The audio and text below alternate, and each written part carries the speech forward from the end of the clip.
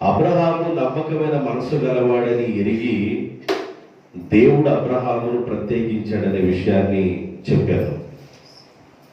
రెండవది, అక్కడ విగ్రహారాధన ఉండదు కనుక, అక్కడున్న పరిస్థితులు వేరుగా ఉన్నాయి కనుక ఆ ప్రజల నుండి వాళ్ళని ప్రత్యేకించాడు అబ్రహాముని. జ్యోతిష్కాలు, శకునాలు చూడటం, సోది చెప్పించుకోవటం, మేఘ శకునము, సర్పశకునము, ఇలాంటి ఎన్నో ఉన్నాయి. పిల్లలను అగ్నిగుండాలు దాటించటము, ఇలాంటి పరిస్థితుల్లో నుండి నువ్వు ఉండకూడదని దేవుడు అబ్రహాముని ప్రత్యేకించాడని మీకు వాక్యాన్ని చెప్పి నేను ముగించాను. ఈ రోజున మరొక విషయాన్ని నేను మీకు చెప్పాలని ఆశపడుతున్నాను. అబ్రహామును దేవుడు ఆ ప్రాంతాన్ని వదిలి, కల్దీల ఊరనే పట్టణాన్ని వదిలి బయటికి రమ్మన్నప్పుడు అబ్రహాము ప్రయాణమయ్యాడు. అబ్రహాము తండ్రి కూడా, అయ్యా నువ్వు లేకుండా నేను ఉండలేనురా, నేను కూడా వస్తాను అన్నాడు. తండ్రి కనుక ఈ మాట మాట్లాడకపోయాడు. అప్పటికే అబ్రహాం యొక్క సహోదరుడు హారాను ఒక కుమారుడికి జన్మనిచ్చి హారాను చనిపోయాడు. అబ్రహాము యొక్క తండ్రి గారికి సంతానం ఎంతమంది అంటే 3 కుమారులు. అబ్రహాము, నాహోరు, హారాను అని 3 బిడ్డలు. తెరావుకి 3 పిల్లల్ని ఇచ్చాడు దేవుడు. అబ్రహాము తండ్రి అయిన తెరావుకి ప్రేమించి దేవుడు 3 బిడ్డలు ఇచ్చారు. తెరాహు యొక్క సంతానము అబ్రహాము, నాహోరు, హారాను. ఈ 3 బిడ్డల్లో వివాహమైంది. హారానికి అనే వ్యక్తికి వివాహమైంది. వివాహమైన తర్వాత లోతు అనే వ్యక్తి పుట్టాడు. తర్వాత హారాను చనిపోయాడు.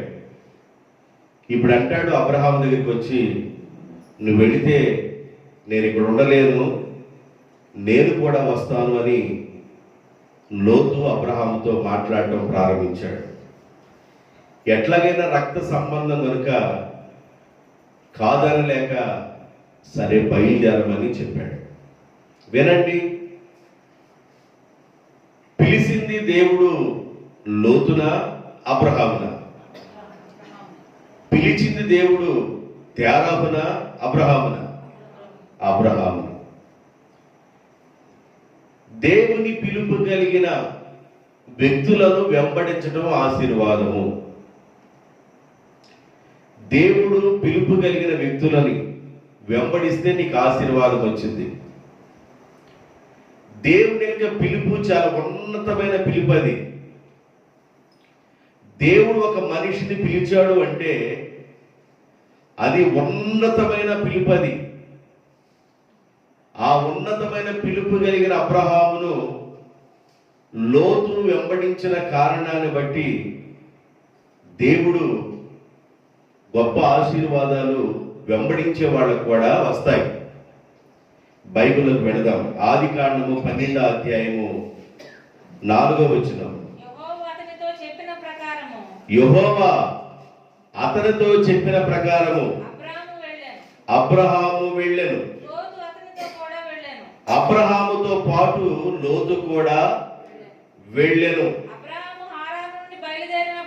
అబ్రహాము హారాను నుండి బయలుదేరినప్పుడు 75 సంవత్సరాల వయసు కలిగిన వాడు. అబ్రహాముతో పాటు లోతు కూడా బయలుదేరాడు. అబ్రహాము బాబాయ్ అవుతాడో, ఒకవేళ పెదనాన్న అవుతాడో సంపూర్ణంగా నాకు తెలియదు. కానీ అబ్రహాముతో మాట్లాడుతూ, పెదనాన్న నేను కూడా నీతో వస్తాను, లేకపోతే చిన్ననాన్న నేను కూడా నీతో వస్తానని చెప్పి సహోదరుడు కుమారుడైన లోతు కూడా వెంబడించడం ప్రారంభించింది. అబ్రహామును దేవుడు పిలిచాడు. పిలిచిన అబ్రహాముని లోతు వెంబడిస్తున్నాడు. ఇప్పుడు మనం ఇక్కడ ఏం గమనించాలంటే, పిలుపు కలిగిన వ్యక్తులను మనం వెంబడించడం ద్వారా వచ్చే ఆశీర్వాదము. పిలుపు లేని వాళ్ళని వెంబడించకూడదు దేవుని బిడ్డలారా. నువ్వు గమనించాలి, ఇతడు దేవుని పిలుపు కలిగిన వాడా, దేవుని పిలుపు లేనివాడా? దేవుని పిలుపు కలిగి సేవ చేస్తున్నాడా, దేవుని పిలుపు లేకుండా సేవ చేస్తున్నాడా? ఏదైనా 4 మాటలు నేర్చుకొని చెప్పటం వేరు, దేవుని పిలుపు ఉండటం వేరు. దేవుని పిలుపు చాలా ప్రత్యేకమైంది. ఈరోజు పిలుపు గురించి చూద్దాం, జాగ్రత్తగా వినండి. పిలుపు కలిగిన అబ్రహామును లోతు వెంబడించడానికి కారణాన్ని బట్టి దేవుడు అబ్రహామును ఆశీర్వదించిన ఆశీర్వాదం లోతు మీద కూడా రావటం ప్రారంభమైంది.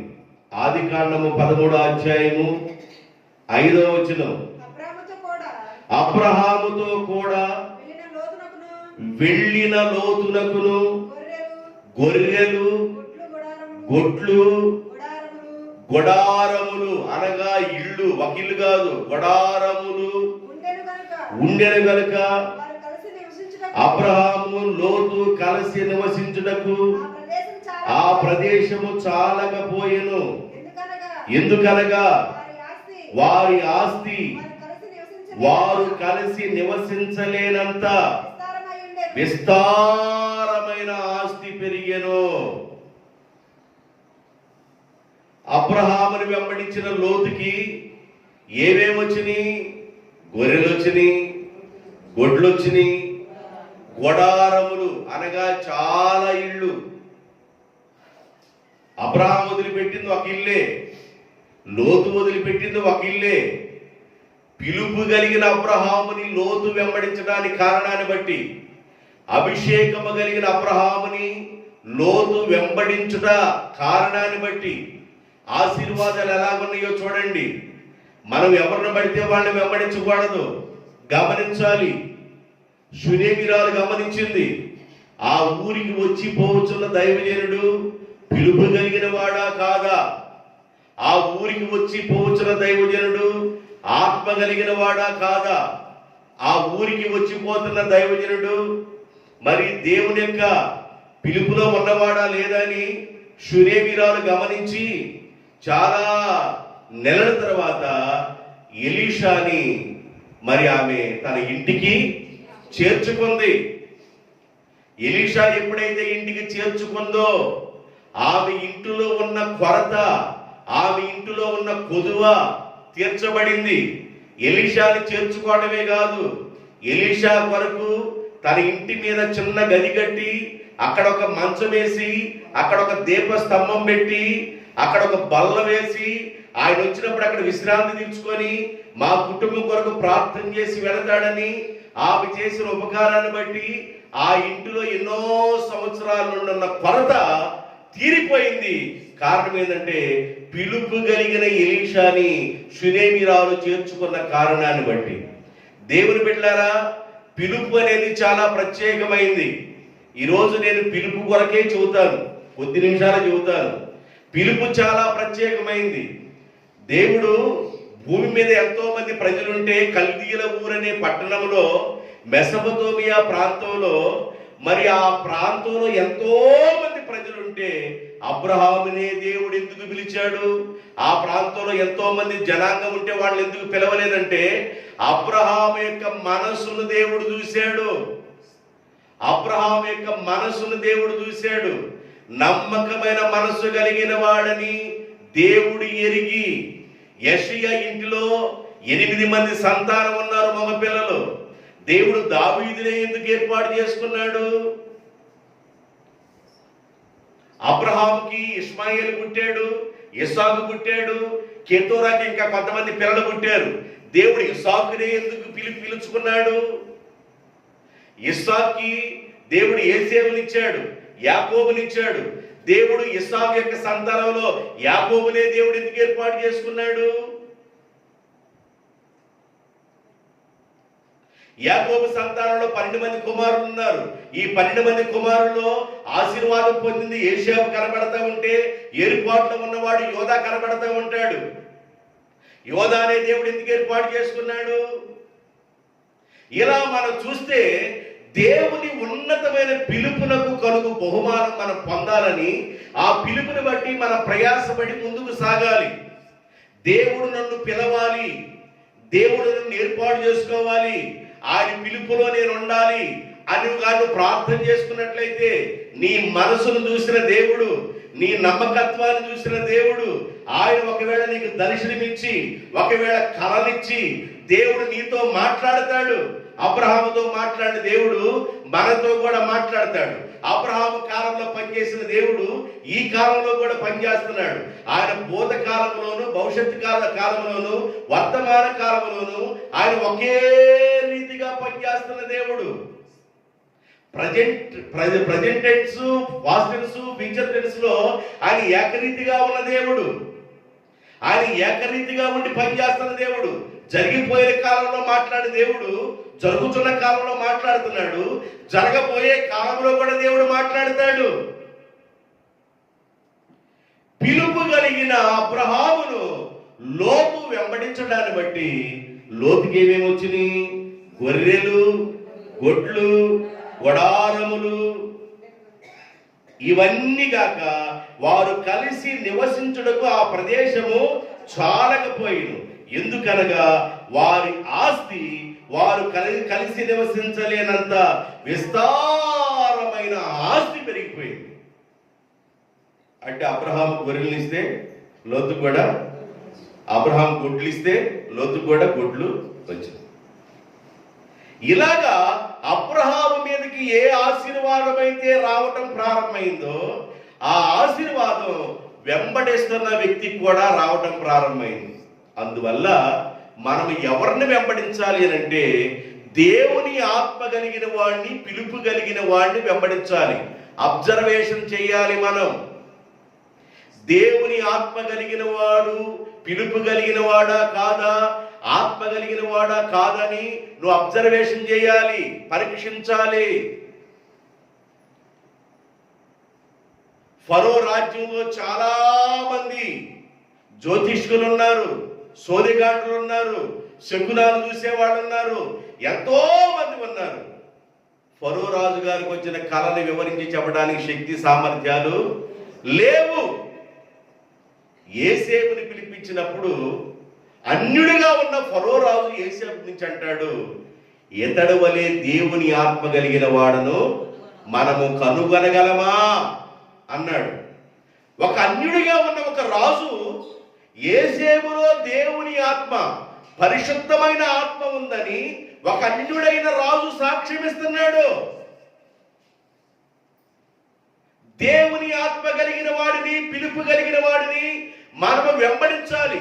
పరమగీతాల గ్రంథంలో ఏమి రాయబడిందంటే, తిరిగేబాకండి, మందల అడుగు జాడలను బట్టి నువ్వు నడవాలి. మందల అడుగు జాడలను బట్టి నడవాలి. ఆ మందతో అంటే ఆ గొర్రెలతోనూ లేదా ఆ దేవుని పిల్లలతోనూ వెంబడిస్తున్న ఆ దేవుని పిల్లల్ని వెంబడించే దేవుడు ఉన్నాడా లేదని గమనించాలి. ఇజ్రాయెల్ ప్రజల ఐగుప్తు దేశంలో నుండి వారు నడుస్తున్నప్పుడు పగలు మేఘస్తంభము, రాత్రి అగ్ని స్తంభంలాగుండి కంటికి రెప్పవలే దేవుడు కాపాడుతూ నడిపిస్తున్నాడు. దేవుని బిడ్డలతో దేవుడు ఉన్నాడా, ప్రయాణం అవుతున్నాడా లేదని నువ్వు గమనించాలి. దేవుని పిలుపు చాలా ప్రత్యేకమైంది. పిలుపు కలిగిన అబ్రహామును లోతు వెంబడించడాన్ని బట్టి వారికి విస్తారమైన ఆశీర్వాదాలు వచ్చినాయి, విస్తారమైన దీవెనలు వచ్చినాయి. ఇక అవి పట్టజాలని దీవెనలు, అవి ఊహించని దీవెనలు వచ్చినాయి.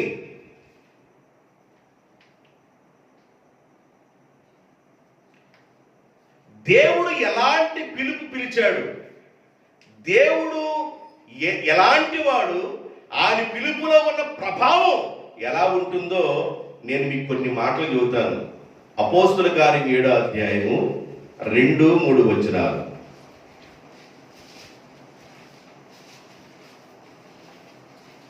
అందుకు స్టెఫను చెప్పినదేమనగా, సహోదరులారా, తండ్రులారా వినండి. మన పితరుడైన అబ్రహాము హారారులో కాపురము ఉండక మునుపు మెసపతోమియాలో ఉండెను. మహిమ కలిగిన దేవుని పిలుపు. మహిమ కలిగిన దేవుడు అబ్రహాముని పిలిచాను. ఏ దేవుడు పిలిచాడంటే అబ్రహాముని? మీరు గుర్తుపెట్టుకొని నాకు వరుసగా చెప్పాలా. నేను వరుస చెబుతుంటాను, మీరు గుర్తుపెట్టుకోవాలి. ఏ దేవుడు పిలిచాడంటే అబ్రహాముని? మహిమ గల దేవుడు, మహిమను చేసే దేవుడు అబ్రహాముని పిలిచాడు. మహిమ కలిగిన దేవుని పిలుపునందుకున్న అబ్రహాముకున్న పిలుపు మహిమ కలిగిన దేవుడు పిలిచిన పిలుపు. యెషయా గ్రంథం 40వ అధ్యాయం 12వ వచనం. యెషయా గ్రంథం 40వ అధ్యాయము 12వ వచనం. తన పుడిసిటిలో జలములను కొలిచిన వాడెవడు? బియ్యం కొలవాలంటే ఏం కావాలి? బియ్యం కొలవాలంటే ఏం కావాలి? గిద్ద, స్వాల, మానిక. నీళ్లనంట దేవుడు ఎలా కొలిచాడంట? పుడిసెడితో. తన పుడిసెతో జలములను, నీళ్లను కొలిచిన వాడు ఎవరు? జ్ఞానతో ఆకాశమును కొలిచిన వాడు ఎవరు? భూమిలో ఉన్న మన్ను కొలపాత్రలో ఉంచిన వాడు ఎవరు? తక్కెడలో అనగా త్రాసులో పర్వతములను కొండలను తూసిన వాడు ఎవరు? తూనిక చేత కొండలను తూచిన వాడు ఎవరు? ఇలాంటి పిలుపు కలిగిన దేవుడు అబ్రహామును పిలిచాడంట. ఏ పిలుపు కలిగిన, ఎలాంటి దేవుడైనా? కొండలను పర్వతాలను త్రాసులో తూయగలిగిన దేవుడు. ఆకాశమును జ్ఞానతో కొలవగలిగిన దేవుడు. సముద్రంలో ఉన్న నీళ్ళని పుడిచిడతో కొట్టుకొని కొలవగలిగిన దేవుడు. అలాంటి గొప్ప దేవుడు అబ్రహాముని పిలిచెను. పిలిచిన దేవుడు ఎలాంటి వాడో చెబుతున్నాను. పిలుపును అందుకున్నవాడు అబ్రహాము. పిలిచిన దేవుడు ఎలాంటి వాడు? ఆకాశమును జ్ఞానతో కొలవగలిగిన వాడు, కొండలను పర్వతాలను త్రాసులో తుయ్యగలిగిన వాడు, నీళ్లను పుడిసెలతో పట్టుకొని కొలవగలిగిన వాడు. అలాంటి వాడు అబ్రహాముని పిలిచాడు. ఇప్పుడు వరుసగా చెప్పండి. మహిమ కలిగిన దేవుడు, పుడిసెలతో నీటిని కొలిచే దేవుడు, జ్ఞానతో ఆకాశమును కొలిచే దేవుడు, కొండలను పర్వతాలను త్రక్కిట్లో చూసే దేవుడు. ఎన్ని మాటలు చెప్పాను? అయిపోయిన తర్వాత చూద్దాం, గుర్తుపెట్టుకోండి. ఇలాంటి దేవుడు అబ్రహాముని పిలిచాడు. ఇంకా దేవుడు ఎలాంటి వాడో చెబుతాను. యెషయా గ్రంథం 50వ అధ్యాయము 2-3 వచనాలు. నేను వచ్చినప్పుడు ఎవడును లేకపోనేలా, నేను పిలిచినప్పుడు ఎవడును ఉత్తరమియ్యలేదు కదా. నా చెయ్యి విమోచించలేనంత కొరస అయిపోయినా, విడిపించుటకు నాకు శక్తి లేదా? నా గద్దింపు చేత సముద్రమును ఎండబెట్టుదును. అబ్రహాముని పిలిచిన దేవుడంట ఎలాంటి వాడంటే ఆయన గద్దింపు చేత సముద్రమును ఎండబెట్టును. ఇశ్రాయేలు ప్రజల్ని దేవుడు సముద్రం నడిపించాడా? ఎండబెట్టిన నేల మీద నడిపించాడా? ఆరిన నేలలో దేవుడు ఇశ్రాయేలు ప్రజలను నడిపించాడు. నా గద్దింపు చేత సముద్రమును ఎండబెట్టువాడను, నదులను ఎడారిగా చేయగలిగిన వాడను. చాలు. ఎలాంటి దేవుడు అంట ఈయన? ఎలాంటి దేవుడు? అబ్రహాముని పిలిచిన దేవుడు ఎలాంటి దేవుడు? సముద్రమును ఎండబెట్టు దేవుడు, నదులను ఎడారిగా చేసే దేవుడు. అలాంటి గొప్ప దేవుడు, అలాంటి గొప్ప దేవుడు ఆకాశమును జ్ఞానంతో కొలవగలిగిన వాడు. ఈ రాత్రి మీరు నిద్రలో కూడా మననం చేయాలి. మహిమ కలిగిన దేవుడు అబ్రహాముని పిలిచాడు. ఆకాశమును జ్ఞానంతో కొలవగలిగిన వాడు అబ్రహాముని పిలిచాడు. కొండలను పర్వతాలను త్రాసులో తీయగలిగిన వాడు అబ్రహాముని పిలిచాడు. తన పురుషుడితో నీటిని కొలవగలిగిన వాడు అబ్రహామును పిలిచాడు. ఎడారిగా నదులను చేయగలిగిన వాడు అబ్రహాముని పిలిచాడు. తన గద్దింపు చేత సముద్రమును ఎండజేయగలిగిన వాడు అబ్రహామును పిలిచాడు. యెషయా గ్రంథం చదివారు మీరు.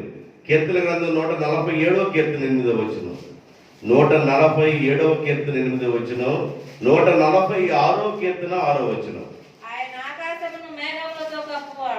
ఆయన కనబడుతున్న నిర్మలముగా ఉన్న ఆకాశమును మేఘములతో కప్పువాడు. భూమి కొరకు వర్షమును సిద్ధము చేయువాడు. పర్వతముల మీద గడ్డిని మొలిపించువాడు. ఏ దేవుడు అంటే ఈ దేవుడు ఆకాశాన్ని మేఘాలతో కప్పు దేవుడు. భూమి కొరకు వర్షాన్ని సిద్ధపరిచే దేవుడు. పర్వతముల మీద గడ్డిని. నువ్వేదన్నా మొక్కలు పెట్టు, 2 రోజులు నీళ్లు పోయిపోయి ఇకిలిచ్చుకుపోయి చూస్తూ ఉంటాయి. మొక్కలు పెట్టి నీళ్లు పోయిపోతే ఇగిలించుకొని చూస్తాయి. పర్వతాల మీద ఉన్న గడ్డికి ఎవరు నీళ్లు పోస్తున్నారు? పర్వతాల మీద ఎదుగుతున్న మొక్కలకి ఎవరు నీళ్లు పోస్తున్నారు? పర్వతాల మీద ఎదుగుతున్న మొక్కలు పచ్చగా ఉంటున్నాయి, ఎవరు నీళ్లు పోస్తున్నారు? ఒకసారి ఆలోచన చేయండి. పర్వతముల మీద గడ్డిని మొలిపించు దేవుడను నేను కదా, ఆకాశానికి మేఘములతో కప్పువాడను నేను కదా, ఆకాశము నుండి మీకు కావలసిన వర్షాన్ని ఇచ్చే దేవుడను నేను కదా. ఎలాంటి దేవుడు అబ్రహామును పిలిచాడు? ఎలాంటి దేవుడు అబ్రహామును పిలిచాడంటే మహిమ కలిగిన దేవుడు అబ్రహామును పిలిచాడు. ఆకాశమును తేనెతో కొలవగలిగిన వాడు అబ్రహామును పిలిచాడు. ఆకాశమును మేఘములతో కప్పగలిగిన వాడు అబ్రహామును పిలిచాడు. తన పురుషుడితో నీళ్లను పట్టుకోగలిగిన వాడు, కొలవగలిగిన వాడు అబ్రహామును పిలిచాడు. కొండలను పర్వతాలను త్రాసును తీయగలిగిన వాడు అబ్రహామును పిలిచాడు. కనబడుతున్న కొండల మీద మొక్కలను చెట్లు మొలిపించేవాడు అబ్రహామును పిలిచాడు. భూమి కొరకు వర్షమును సిద్ధపరచువాడు అబ్రహామును పిలిచాడు. అంటే ఎలాంటి దేవుడు అబ్రహామును పిలిచాడని మీరు అనుకుంటారేమో. ఎలాంటి దేవుడు అడ్రస్ చెబుతున్నా, మీకు అడ్రస్ చెబుతున్నా, మీకు అడ్రస్ తప్పిపోకుండా ఉండడం కోసం ఎలాంటి దేవుడు ఒక ఉన్నతమైన పిలుపుతో అబ్రహామును పిలిచాడో ఆయన ఎలాంటి వాడో చెబుతున్నాను. దేవుడు పిలుపు కలిగిన వానితో చాలా జాగ్రత్తగా ఉండాలి. దేవుని పిలుపు చాలా ఉన్నతమైనది, ఆశీర్వాదకరమైనది. 146:6 ఆయన ఆకాశమును భూమిని సముద్రమును దానిలోని సర్వమును సృజించినవాడు. ఏమేమంట? ఆకాశమును, భూమిని, సముద్రమును, దానిలోని సర్వమును. అంటే విడమరిచి చెప్పొచ్చు ఆ పరిశుద్ధాత్మ దేవుడు ఆ లేఖనం రాయించేటప్పుడు. ఆకాశమును దానిలో సర్వమును సృజించినవాడు, భూమిని దానిలో సర్వము సృజించినవాడు, సముద్రమును దానిలో సర్వము సృజించినవాడని విడివిడిగా చెప్పొచ్చు. ఆకాశమును, భూమిని, సముద్రమును, వాటిలో ఉన్న వాటన్నిటిని సర్వమును సృజించినవాడు. ఆకాశంలో ఏం సృజించాడు? సూర్యుడు, చంద్రుడు, నక్షత్రాలు ఆయన సృజించినవే. నక్షత్రముల సంఖ్యను ఆయనే నియమించెను. నక్షత్రముల ఆయనే నియమించెను. నీయు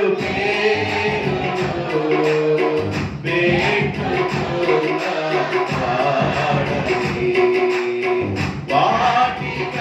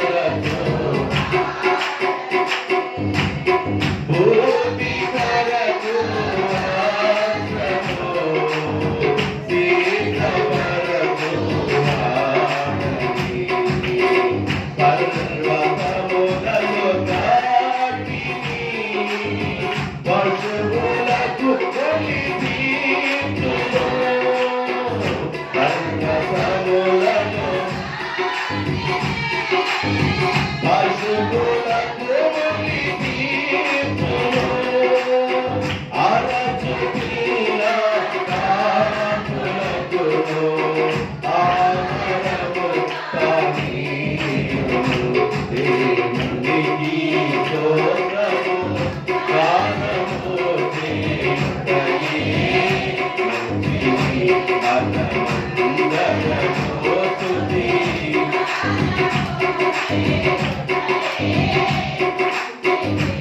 ఆమేన్. ఆయన ఆకాశమును అందున్న సమస్తమును, ఆయన భూమిని అందున్న సమస్తమును. భూమి మీద ఏమున్నాయి? ఆకాశంలో ఎగిరే పక్షులు ఉన్నాయి, భూమి మీద ప్రాకే పురుగులు ఉన్నాయి, జంతువులు ఉన్నాయి, ఫలవృక్షాలు ఉన్నాయి. ఇవన్నిటిని ఆయన సర్వమును సృజించినవాడు.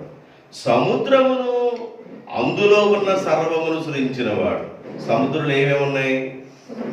బొలుసులపాలని తిమింగళాలు కూడా ఉన్నాయి. ఇంకెందుకు ఒక్క మాటలో చాలు. బొలుసులపాలెం అంతా బోట్లు. బొలుసులపాలెం ఏముందండి? 100 ఇళ్ళు. 100 ఇళ్ళలో ఏముంటుంది? 1 ఎకరాలు, 2 ఎకరాలు, 3 ఎకరాలు. సముద్రంలో తిమింగళాలు పెద్ద పెద్ద బోట్లు కూడా మెంగి పట్ట నవిలి ఊసేస్తాయి. అలాంటి తిమింగళాలు సముద్రంలో ఎన్నో ఉన్నాయి. సముద్రంలో ఉన్న వాటన్నిటినీ, భూమి మీద ఉన్న వాటన్నిటినీ, ఆకాశములో ఉన్న వాటన్నిటినీ ఆయనే సృజించెను. ఆ మహిమ కలిగిన దేవుడు అబ్రహామును పిలిచాడు. అబ్రహామును పిలిచిన దేవుడు ఎలాంటి దేవుడు? మరలా చెబుతున్నా, మహిమ గల దేవుడు. ఆకాశమును జానతో కొలవగలిగిన దేవుడు, పుడిసినతో నీటిని కొలవగలిగిన దేవుడు, కొండలను పర్వతాలను తగ్గిళ్ళలో తూయగలిగిన దేవుడు, కొండలను పర్వతాల మీద గడ్డిని ఒలిపించే దేవుడు, ఆయన సముద్రాన్ని ఆరి నేలగా చేయగలిగిన దేవుడు, నదులను ఎడారిగా చేయగలిగిన దేవుడు, భూమి కోసం వర్షాన్నిచ్చే దేవుడు, భూమి మీదను ఆకాశం మీదను సముద్రములో ఉన్న వాటన్నిటినీ సృజించిన దేవుడు. అంత మహిమ కలిగిన దేవుడు ఎవరు పిలిచాడు? అబ్రహాము పిలిచాడు. మామూలు దేవుడా? అసలు ఒక వ్యక్తిని దేవుడు పిలిచాడంటే ఎంత ఘనమైన విషయం. ఒక ఉన్నతమైన పిలుపు అంటే ఎంత ఘనమైన విషయం. అంత గొప్ప దేవుడు. ఇంకా మీకు అడ్రస్లు చెబుతా. దేవుని అడ్రస్ చెప్పాలి, మీకు అర్థం కావాలి. నిద్రలో కూడా ఆకాశమును జానతో కొలవగలిగిన దేవుడు, కొండల పర్వతాలను చూసిన దేవుడు అని తక్కిడి తీసుకుని ఎట్టేట్టు అంటాడు. ఎంత దేవుడు చెప్తాను.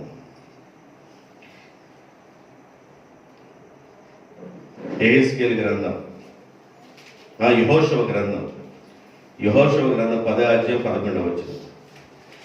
ఇలా చెబితే ఈ మెసేజ్ ఇతరులతో సరిపోద్ది. జాగ్రత్తగా వినండి.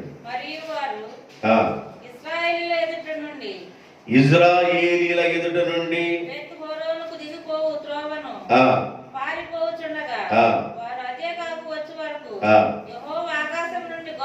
ఆకాశము నుండి వడగండ్లను కురిపించు దేవుడు. ఏ దేవుడంట? ఆకాశము నుండి వడగండ్లను కురిపించు దేవుడు. వడగండ్లు ఎవరు కురిపిస్తున్నారు? దేవుడే వడగండ్లు కురిపిస్తున్నాడు. ఆకాశము నుండి వడగండ్లను కురిపించు దేవుడు. సరిపోయిందా? చాలు. 2వ రాజుల గ్రంథం 1వ అధ్యాయము 14వ వచనం.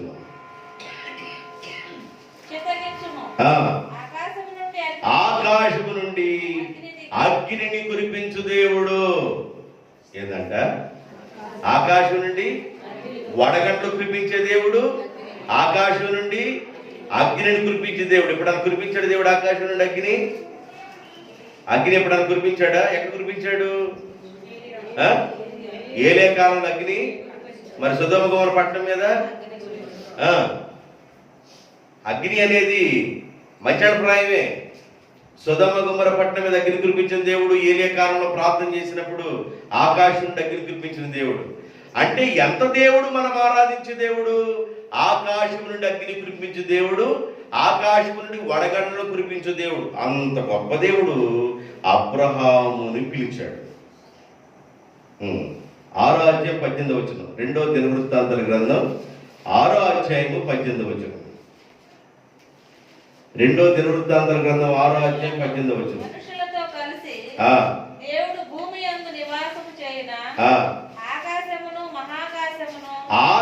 ఆకాశమును మహాకాశమును నిన్ను పట్టజాలవు. ఎంత దేవుడంట ఈ దేవుడు? ఆకాశము మహాకాశము పట్టణ దేవుడు. చదువమ్మా. ఆకాశ మహాకాశమును పట్టజాలని దేవుడు, ఈ దేవుడు అబ్రహామును పిలిచాడు. ఆకాశమును అగ్నిని కురిపించు దేవుడు అబ్రహామును పిలిచాడు. ఆకాశము నుండి వర్షమును వడగండ్లను కురిపించు దేవుడు అబ్రహామును పిలిచాడు. ఆకాశం అందున్నవి గాని సమస్తమును, భూమి అందున్నవి గాని సమస్తమును, సముద్రములో ఉన్నవ అందున్నవి గాని సమస్తమును, ఇవన్నిటిని కలుగు చేసిన దేవుడు అబ్రహామును పిలిచాడు. ఎంత గొప్ప దేవుడు! చాలా రిఫరెన్స్ రాశారులే, అన్ని మీకు కొన్ని చాలు. ఎంత దేవుడు అబ్రహాముని పిలిచాడంటే, మీరు ఇప్పుడు చెప్పాలి. నెంబర్ 1 మహిమ కలిగిన దేవుడు. నెంబర్ 2